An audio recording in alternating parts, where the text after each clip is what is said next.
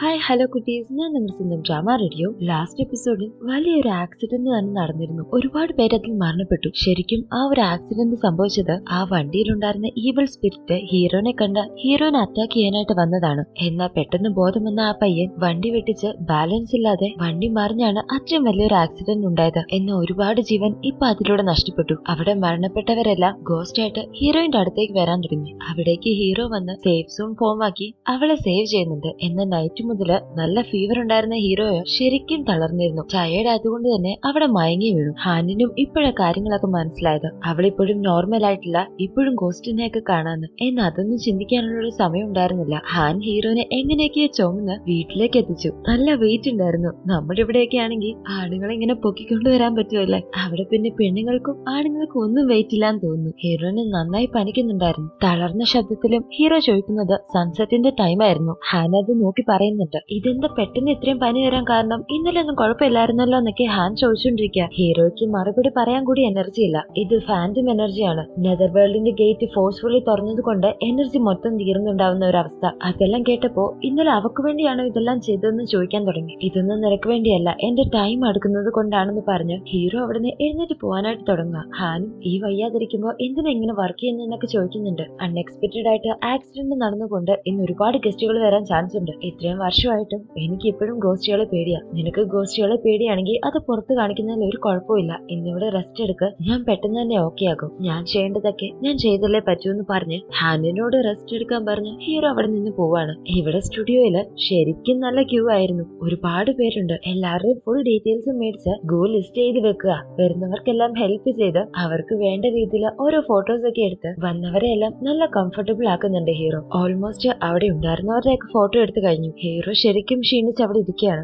നമ്മ എങ്ങനെയുണ്ടെന്നൊക്കെ ചോദിക്കുന്നുണ്ട്. ഹീറോയുടെ സിക്നെസിനെക്കാട്ടിലും ആ ഒരു ആക്സിഡന്റ് ഹീറോ കാരണമാണ് ഉണ്ടായത് എന്നുള്ളൊരു മനോവശമായിരുന്നു കൂടുതലും. ഹീറോ വ്യക്തമായിട്ട് കണ്ടിരുന്നു ഹീറോനെ അറ്റാക്ക് ചെയ്യാനായിട്ടാണ് ആ ഒരു ഈവിൾ സ്പിരിറ്റ് അങ്ങനെ ആ വണ്ടി ഓടിച്ച് വന്നത്. ഈ കാര്യങ്ങളൊക്കെ നമ്മിന്റെ അടുത്ത് പറഞ്ഞ് സങ്കടപ്പെട്ടുകൊണ്ടിരിക്കുക. നമ്മും ഹീറോനെ ആശ്വസിപ്പിക്കുന്നുണ്ട്. ഇതൊന്നും നമ്മുടെ കയ്യിലുള്ളതല്ല, ഇതൊരിക്കലും നിന്റെ ഫോൾട്ട് അല്ല, അതോർത്ത് സങ്കടപ്പെടണ്ടെന്നൊക്കെ പറഞ്ഞ് നമ്മ അവിടെ നിന്ന് പോവാണ്. നമ്മ അവിടെ നിന്ന് പോയ ഉടനെ തന്നെ നെതർ വേൾഡിലെ ഡോർ തുറക്കുന്നുണ്ട്. ആ ഡോറിൽ നിന്നും ആക്സിഡന്റ് ഉണ്ടാക്കിയ ആ പയ്യനാണ് ഇറങ്ങി വരുന്നത്. അവൻ ശരിക്കും തളർന്നിരുന്നു. അവൻ കാരണമാണ് ഇത്രയും പേര് മരണപ്പെട്ടത് എന്നുള്ളൊരു കുറ്റബോധം ശരിക്കും അവന്റെ മുഖത്ത് അറിയാനുണ്ടായിരുന്നു. ഹീറോ അവനെ കണ്ടതും നീയോ, വെൽക്കം വിസിറ്റർ, നിങ്ങൾക്ക് വേണ്ടി എന്താണ് ഞാൻ ചെയ്യേണ്ടതെന്ന് ചോദിക്കാം. അവിടെ സീൻ കട്ടാക്കി കിമ്മിനാണ് കാണിക്കുന്നത്. കിം ഇപ്പോഴും വർക്ക് ചെയ്തോണ്ടിരിക്കുക. ഓഫീസിൽ ആരും തന്നെ ഇല്ല. ഓവർ ടൈം വർക്ക് ചെയ്ത് കിമ്മിന്റെ മൂക്കിൽ നിന്ന് ബ്ലഡ് വരാൻ തുടങ്ങി. കിം ഇപ്പൊ ക്യൂർ ആവാൻ തുടങ്ങിയാലും എല്ലാം ഒന്നും മാറിയിരുന്നില്ല. പ്രോപ്പർ ആയിട്ടുള്ള റെസ്റ്റും വേണം, സ്ട്രെസ് കുറവായിരിക്കണമെന്ന് ഡോക്ടർ പ്രത്യേകം പറഞ്ഞിട്ടുണ്ടായിരുന്നു. എന്നാ ഇപ്പൊ നേരെ തിരിച്ചാ നടക്കുന്നത്.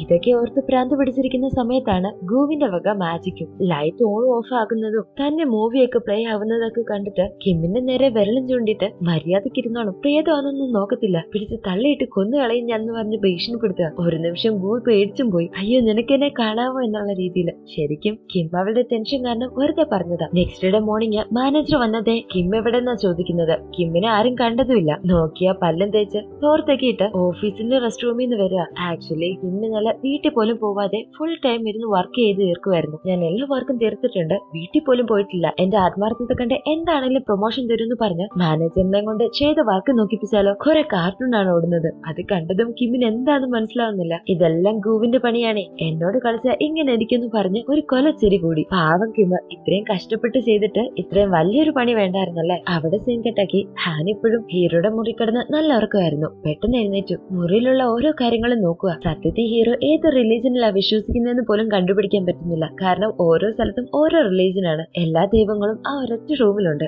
ആ ടൈമില് ഹീറോയൊക്കെ ഒരു ഐലൻഡിൽ പോകുന്നതായിട്ട് മാർക്ക് ചെയ്തു വെച്ചേക്കുന്നത് ഹാൻ ശ്രദ്ധിക്കുന്നുണ്ട്. കറക്റ്റ് ഇതെല്ലാം നോക്കിക്കൊണ്ടിരിക്കുന്ന സമയത്ത് ഹീറോ അവിടേക്ക് വരിക. ഹീറോ ഹാനിനെ വിളിച്ചുകൊണ്ട് ഒരു പാർക്കിലേക്ക് വന്നിരിക്കുകയാണ്. അവിടെ ഒരു പപ്പിക്കുട്ടിയുണ്ട്. അതിനെ കളിപ്പിച്ചോണ്ടിരിക്കുക. കുറച്ചു നേരം കഴിഞ്ഞപ്പോഴാണ് അത് ഒരു ഗോസ്റ്റ് ആണെന്ന് മനസ്സിലായത്. ഹാനിനെ ഇപ്പൊ ഇവിടെ കൊണ്ടുവന്നിരിക്കുന്നത് സേഫ് സോണിനെ പറ്റി കൂടുതൽ ഡീറ്റെയിൽസ് അറിയാനാണ്. ഹാൻ തനിയെ ഇരിക്കുമ്പോ ഗോസ്റ്റുകൾ വന്നാലും അവളെ അറ്റാക്ക് ചെയ്യുന്നുണ്ട്. എന്നാൽ ഹീറോയും ഹാനും ഒരുമിച്ചുള്ളപ്പോൾ അറ്റാക്ക് ചെയ്യുന്നതുമില്ല. അതിനർത്ഥം നമ്മൾ രണ്ടും ഒരുമിച്ച് നിൽക്കുമ്പോൾ മാത്രമാണ് സേഫ് സോൺ ആക്ടിവേറ്റ് ആവുന്നത്. അത് എത്ര മാത്രമാണെന്ന് ചെക്ക് ചെയ്ത രണ്ടുപേരും രണ്ടടി മാത്രം ഡിഫറൻസ് നിന്നാലേ ആ ഒരു സേഫ് സോൺ ഫോം ആവത്തുള്ളൂ. ഹാനും ഹീറോയും ഒരുമിച്ച് നിന്നാൽ മാത്രമേ ഗോസ്റ്റുകളെ തടയാൻ പറ്റുള്ളൂ. എന്നാൽ അത് ചെക്ക് ചെയ്ത് കുറച്ച് ക്ലോസ് ആയിട്ട് വന്നപ്പോ രണ്ടുപേരുടെ ഹൃദയവും ഫാസ്റ്റ് ആയിട്ട് ഇടിക്കാൻ തുടങ്ങി. രണ്ടുപേർക്കിടയിൽ നടന്ന പല ഇൻസിഡൻസും ആ ഒരു ഫ്രാക്ഷൻ ഓഫ് സെക്കൻഡ്സില് മിന്നല് പോലെ വന്നുപോയി. ഇനിയും ക്ലോസ് ആയിട്ട് നിന്നാ ശരിയാവത്തില്ലെന്ന് തോന്നി പെട്ടെന്ന് ഹീറോ പുറകിലോട്ട് പോകുന്നുണ്ടെങ്കിലും വീണ്ടും സർക്കിളിലോട്ട് കയറി വന്നിട്ട് ഹാനുമായിട്ട് കുറച്ചുകൂടെ ക്ലോസ് ആയിട്ട് നിൽക്കുക. ഹാനു ഉടനെ എന്തോ ഒരു ഓർമ്മയില് തനിക്ക് എന്നെ ഇഷ്ടമാണോ എന്ന് ചോദിക്കുക.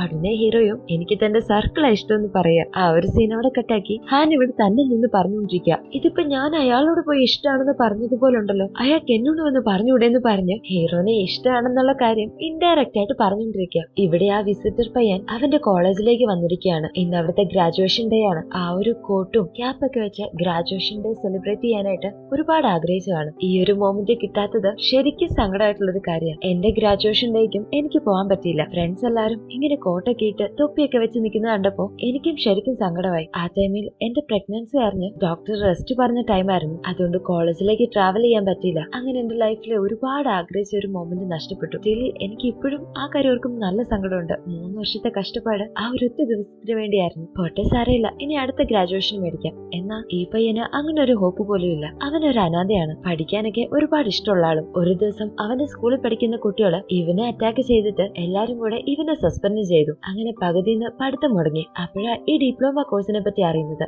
കഷ്ടപ്പെട്ട് ബുദ്ധിമുട്ടി എങ്ങനെയും പഠിച്ച് സർട്ടിഫിക്കറ്റ് മേടിച്ച് നല്ലൊരു ജോലി മേടിക്കണം. അതിനുവേണ്ടിയാണ് പാർട്ട് ടൈമും ജോലി ചെയ്ത് കിട്ടുന്ന ടൈമെല്ലാം ഇരുന്ന് പഠിച്ച് ഈ ഒരു ദിവസത്തിന് വേണ്ടി കാത്തിരുന്നത്. എന്നതെല്ലാം ഇങ്ങനായി. ആ ഒരു സങ്കടമൊക്കെ പറഞ്ഞോണ്ടിരിക്കുകയാണ് ഹീറോയുടെ അടുത്ത്. അവിടെ സീൻ കട്ടാക്കി ഇന്ന് നമ്മിന്റെ ഓർമ്മ ദിവസമാണ്. എല്ലാരും അവന് വേണ്ടി പ്രാർത്ഥിക്കുക. നമ്മു തന്റെ വൈഫുമായിട്ടുള്ള ഓരോ മൊമെന്റ്സും ആലോചിക്കുന്നുണ്ട്. അങ്ങനെ ഒരു ദിവസം വൈഫിന്റെ അടുത്ത് പെട്ടെന്ന് വരാന്ന് പറഞ്ഞു പോയ നമ്മാണ്. വൈഫിന് കൊടുത്ത വാക്ക് പാലിക്കാൻ പറ്റാതെ ആ ഒരു കൊലയാളി അറ്റാക്ക് ചെയ്തതില് നമ്മ അവിടെ മരണപ്പെടുകയാണ്. ഹീറോ ഇവിടെ ആ പയ്യൻ പഠിച്ച കോളേജിലേക്ക് വന്നിരിക്കുക. ആ പയ്യന്റെ പേരിൽ ഒരു സ്കോളർഷിപ്പ് കോളേജിന് വേണ്ടി തരാനാണെന്ന് പറഞ്ഞാ വന്നിരിക്കുന്നത്. അതിനു മുമ്പായിട്ട് മരണപ്പെട്ട അവന്റെ ഡിപ്ലോമ സർട്ടിഫിക്കറ്റ് തരണമെന്നും പറഞ്ഞു. അവരത് ഓക്കെയും ചെയ്തു. വലിയ ഏതോ കമ്പനിയുടെ സിഇഒ ആണെന്നൊക്കെ പറഞ്ഞ് നല്ല ബഹുമാനമൊക്കെ കൊടുത്താണ് അവര് സംസാരിക്കുന്നത്. കൂടെ ഒരു ഫോട്ടോഗ്രാഫറും ഉണ്ട്. കുറച്ചു നേരം കഴിഞ്ഞപ്പോ അയാളുടെ ദേഹത്തുനിന്ന് പറഞ്ഞു വന്ന കാര്യം ഏകദേശമൊക്കെ നടന്നു. അവിടെ സീൻ കട്ടാക്കി ഹാൻ ഇവിടെ ഇരുന്ന് നല്ല രീതിയിൽ ഡ്രിങ്ക് ചെയ്തോണ്ടിരിക്കുക. അവിടേക്ക് കിമ്മും വരുന്നുണ്ട്. കിമ്മിന്റെ അടുത്ത് ഹാൻ അവളുടെ കാര്യം തന്നെ ഇൻഡയറക്റ്റ് ആയിട്ട് പറഞ്ഞുകൊണ്ടിരിക്കുക. ഒരു പെങ്കൊച്ചിന് ഒരു പയ്യനെ ഇഷ്ടമാണ്. ആ പയ്യനും അവളെ ഇഷ്ടമാണെന്നാണ് തോന്നുന്നത്. അവൾക്ക് എല്ലാ കാര്യങ്ങളും ചെയ്തു കൊടുക്കും, നല്ല കെയർ ആയിട്ട് നോക്കും. അവൾക്കും ഏതാണ്ട് അങ്ങനെയൊക്കെ തന്നെയാ. പക്ഷെ ആ പയ്യൻ എപ്പോഴും 2 മീറ്റർ അകലെ മാത്രമായിരിക്കും നിൽക്കുന്നത്. ശരിക്കും അയാൾക്ക് അവളോട് ഇഷ്ടമുണ്ടെന്നൊക്കെ കൺഫ്യൂസ് ആവുന്ന രീതി ചോദിച്ചോണ്ടിരിക്കുക. ഇതെല്ലാം കേൾക്കുന്ന കിമ്മിനാണെങ്കിലോ ഒന്നും മനസ്സിലാവുന്നില്ല. കിമ്മയെ ഓൾറെഡി 100 കൂട്ടം കാര്യങ്ങൾക്കിടയിലായിരിക്കുന്നത്. അപ്പോഴാണ് ഓഫീസിലെ ഗോസ്റ്റ് സ്റ്റോറി പറയാൻ തുടങ്ങുന്നത്. കിമ്മിന്റെ ഈ സ്റ്റോറി കേട്ടിട്ട് കയ്യിലിരുന്ന മന്ത്രപ്പൊടിയൊക്കെ ഹാൻ എടുത്ത് കിമ്മിന്റെ കൈ കൊടുത്തു. ഇന്ന് സ്റ്റുഡിയോയില് എല്ലാരും കൂടെ ആ പയ്യന്റെ ഗ്രാജുവേഷൻ ഡേ സെലിബ്രേറ്റ് ചെയ്തോണ്ടിരിക്കുക. അവിടേക്ക് ഹാനും വരുന്നുണ്ട്. എല്ലാം നല്ല രീതിയിൽ പൊക്കോണ്ടിരിക്കുന്ന ടൈമില് ഹീറോയുടെ ഫോണിലേക്ക് ഒരു കോൾ വരുന്നുണ്ട്. അത് ആ കോളേജിലെ പ്രിൻസിപ്പൾ ആയിരുന്നു. ഞാൻ നിങ്ങൾക്ക് തന്ന സർട്ടിഫിക്കറ്റ് എന്തായാലും ഡിസ്ട്രോയ് ചെയ്യും. കാരണം ആ പയ്യനാണ് കെയർലെസ് ആയിട്ട് വണ്ടി ഓടിച്ച് ഇത്രയും പേരെ കൊലപ്പെടുത്തിയത്. അവനൊന്നും ഞങ്ങളുടെ കോളേജിൽ നിന്ന് തരാൻ പറ്റില്ല എന്ന് പറഞ്ഞ് അയാൾ കോള് കട്ടാക്കി. ഇതെല്ലാം കേട്ടോണ്ടിരിക്കുന്ന ആ പയ്യനും നല്ല സങ്കടമാക്കാൻ തുടങ്ങി. അവിടെ നിന്നും ഇറങ്ങി എങ്ങോട്ടൊക്കെ പോയി. സത്യത്തിൽ ഈ പയ്യൻ ഇല്ലാത്ത ഷെഡ്യൂളൊക്കെ കൊടുത്ത് ഓവർ ടൈം വർക്ക് ചെയ്യിപ്പിക്കുമായിരുന്നു ആ കമ്പനി ചെയ്തിരുന്നത്. പിന്നെ ഇവൾ സ്പിരിറ്റ് ആണല്ലോ ഇതിനെല്ലാം കാരണം എന്ന് പുറമെ നോക്കുന്നവർക്ക് ആ പയ്യനാണ് തെറ്റുകാരൻ. ഇവിടെ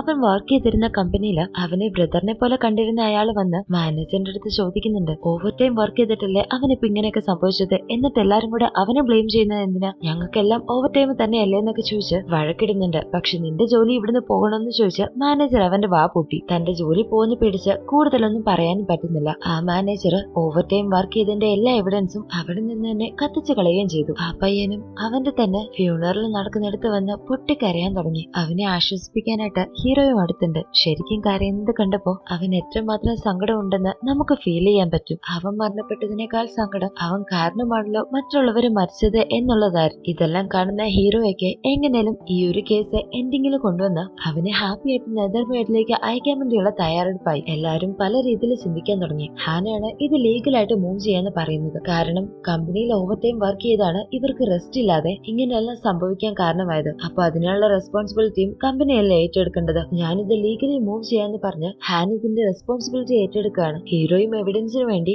അവന്റെ കമ്പനിയിലേക്ക് പോയിരിക്കുക. എന്നാൽ അവിടെ ചെന്ന് സംസാരിക്കുമ്പോഴൊന്നും ആരും തന്നെ ഒന്നും സംസാരിക്കുന്നില്ല. എല്ലാരും ദേഷ്യപ്പെട്ട് പോകാനായിട്ട് പറയാ. കാരണം അവരുടെ ജോലി പോകുമെന്ന് പേടിയുണ്ടേ. ഹീറോ ഒരുപാട് കൺവിൻസ് ചെയ്യാൻ നോക്കുന്നുണ്ട്. പക്ഷെ പേടിച്ചിട്ട് ഒന്നും തന്നെ മിണ്ടുന്നില്ല. എന്നാൽ ഒരു ഘട്ടത്തിനു മേലെ അവനോടുള്ള സ്നേഹം ഇവർക്ക് കണ്ടില്ലെന്ന് നടിക്കാനും പറ്റില്ലല്ലോ. അയാളുടെ മകന്റെ പേര് പോലും ഈ പയ്യന്റെ പേരാണ് വെച്ചിരിക്കുന്നത്. ഇവർ തമ്മിൽ അത്രയ്ക്ക് ബോണ്ടിങ് ഉണ്ടായിരുന്നു. അവിടെ സെങ്കട്ടാക്കി ഹാൻ ഇവിടെ ലീഗൽ ടീമിനെ കാണാനായിട്ട് വന്നിരിക്കുക. ഈ കേസ് എത്രമാത്രം ഇമ്പോർട്ടന്റ് ആണെന്ന് പറഞ്ഞിട്ടും അവരാരും അംഗീകരിക്കുന്നില്ല. തെളിവുകൾ ഇല്ലാത്തതുകൊണ്ട് ഇത് നിലനിൽക്കില്ല എന്ന് പറഞ്ഞ് ഹാനിനെ പറഞ്ഞു വിടാനായിട്ട് തയ്യാറെടുക്കുകയാണ്. ആ ടൈമിലാണ് കറക്റ്റ് ഹീറോയും അവന്റെ ഒപ്പം മറ്റ് എംപ്ലോയീസും അവിടെ ഹാജരാവുന്നത്. ഞങ്ങൾ തന്നാ മതിയോ മറ്റ് എവിഡൻസ് എന്ന് ചോദിച്ചു. ആക്ച്വലി ഹീറോ പറഞ്ഞതുപോലെ അവരെല്ലാരും ആ പയ്യന് വേണ്ടി സംസാരിക്കാനായിട്ട് അവരുടെ ജോലി തന്നെ ഉപേക്ഷിച്ചു. ആ ഒരു മാനേജറിനെ ചെന്ന് കണ്ട് അയാളുടെ മുഖത്തേക്ക് തന്നെ ID കാർഡും വലിച്ചെറിഞ്ഞ് ധൈര്യത്തോടെ തന്നെ ആ കമ്പനി വിട്ടിറങ്ങി. ഇവർക്കാർക്കും ഇനി എന്താ ചെയ്യേണ്ടെന്നറിയില്ല. പക്ഷെ തങ്ങളുടെ കൂടെ വർക്ക് ചെയ്ത ആ കൊച്ചനിന് വേണ്ടി ഇത്രയെങ്കിലും ചെയ്യണ്ടേ. പോരാത്തതിന്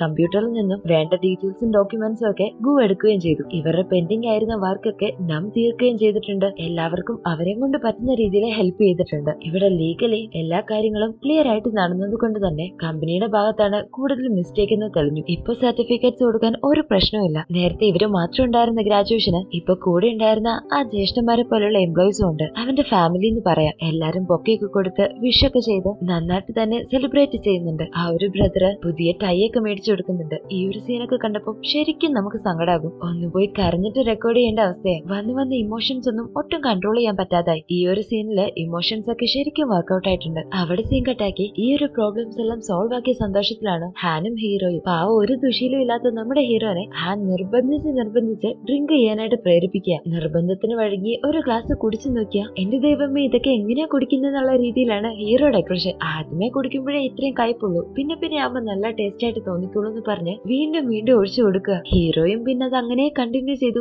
ഇപ്പൊ കുഴപ്പമില്ല എന്നുള്ള രീതിയിൽ അങ്ങനെ സംസാരിച്ചോണ്ടിരിക്കുന്ന സമയത്ത് ഹാൻ അവളുടെ ലീഗൽ ഫീസ് ചോദിക്കുക. ഹീറോയും എത്രയാന്ന് ചോദിക്കുന്നുണ്ട്. ഹാൻ അതിന് പറയുന്ന മറുപടി ഇവിടെ നിന്നും പോവരുത് എന്ന്. ഹാൻ കരുതിയിരിക്കുന്നത് ഐലൻഡിലേക്ക് പോകുന്നത് കൊണ്ടാണ് ഹീറോ ഇത്ര ദിവസത്തേക്ക് മാത്രം റെന്റിന് എടുത്തേക്കുന്നത് എന്ന്. അതുകൊണ്ട് എനിക്ക് എന്റെ ഫീസ് ആയിട്ട് വേണ്ടത് നിങ്ങളെല്ലാരും എപ്പോഴും ഇവിടെ തന്നെ കാണണം, ഇവിടെ വിട്ട് പോവരുത്, എന്റെ ഫാമിലി ആയിട്ട് ഇവിടെ തന്നെ കാണണം എന്ന് പറയാം. എന്നാ ഹീറോയ്ക്കല്ലേ അറിയുള്ളൂ ഈ ഭൂമിയിൽ നിന്ന് തന്നെ പോവേണ്ട ടൈമാണ് ഇതെന്ന്. എന്തായാലും ഇവിടെ നിന്ന് പോവത്തില്ലല്ലോ എന്ന് പറഞ്ഞ് പിങ്കി പ്രോമിസ് ഒക്കെ മേടിക്കുന്നുണ്ട് ഹീറോയിൻ. പ്രോമിസ് ചെയ്ത് കുറച്ച് ക്ലോസപ്പ് വന്നപ്പോ ഹാൻ ഹീറോനെ കയറി കിസ് ചെയ്തു. ഹീറോ ഇപ്പോഴും ആ ഒരു ഷോക്കിൽ നിൽക്കുക. ശരിക്കും ഇപ്പൊ ഇവിടെ എന്താ സംഭവിച്ചെന്നുള്ള രീതിയിൽ. അതോടെ ഈ എപ്പിസോഡ് കഴിഞ്ഞു. അടുത്ത എപ്പിസോഡ് മറക്കാതെ കാണാനായിട്ട് ചാനൽ ഒന്ന് സബ്സ്ക്രൈബ് ചെയ്യണേ. വീഡിയോ ഇഷ്ടപ്പെട്ടെങ്കിൽ ലൈക്ക് ഷെയർ ചെയ്യുക.